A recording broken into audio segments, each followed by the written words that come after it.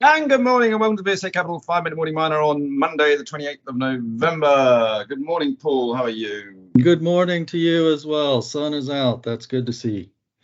Well, you managed to get a draw against us on Friday night. So, England sport were hopeless this weekend. Drew against the United States on Friday night, lost to the box, the rugby on Saturday. Gosh, what a disaster. So let's move quickly on. Actually, we'll move on to mining, but it's mines and money this week, isn't it? It sure is. Yes, busy. Plenty of things going on beforehand too for people to visit as well.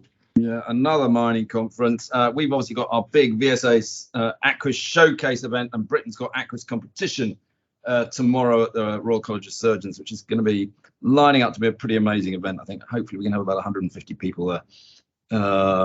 So watch some of those stocks too. There's a couple of mining stocks in there that could go flying afterwards.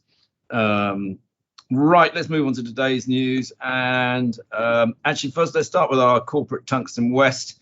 The chairman, Rob Ashley, has stepped down, and David Cather, who was the former CEO of Avocet Mining, wasn't he? He's come on as the new chairman. Sorry, I interrupted you there, Paul. And also another new non-exec, Martin Wood, has come on board, and he, for what it's worth, lives very close to the mine, so will be very good for local knowledge. But we are sort of, should we say, shuffling the deck a little bit here to get this damn mine up and running. That's what we've really got to do, isn't it, Paul? I think that's the main thing. I think with the shifting around and appointments to various roles where gaps had developed either from resignations and that sort of thing. So, yes, nice to see the activity going on.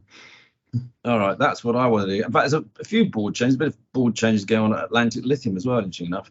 But we've talked lots about that in the past, so we'll skip over that one. Condor Gold, I see they've raised $4.5 million, Paul, and my friend Jim Mellon, ex-Oriel College colleague, has done $1 million of it. Well, it looks like they're headed for that 4 point some million.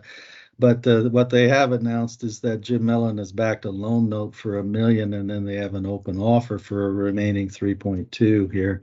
It's priced, the open offer priced at 15p, and the Jim Mellon essentially has raised his participation in the company under the loan note with the option to convert it into ordinary shares as well. But he is a 18.7% shareholder at this point. He's a very successful man, so he can afford to do that. Okay, what else would you like to talk about, Paul?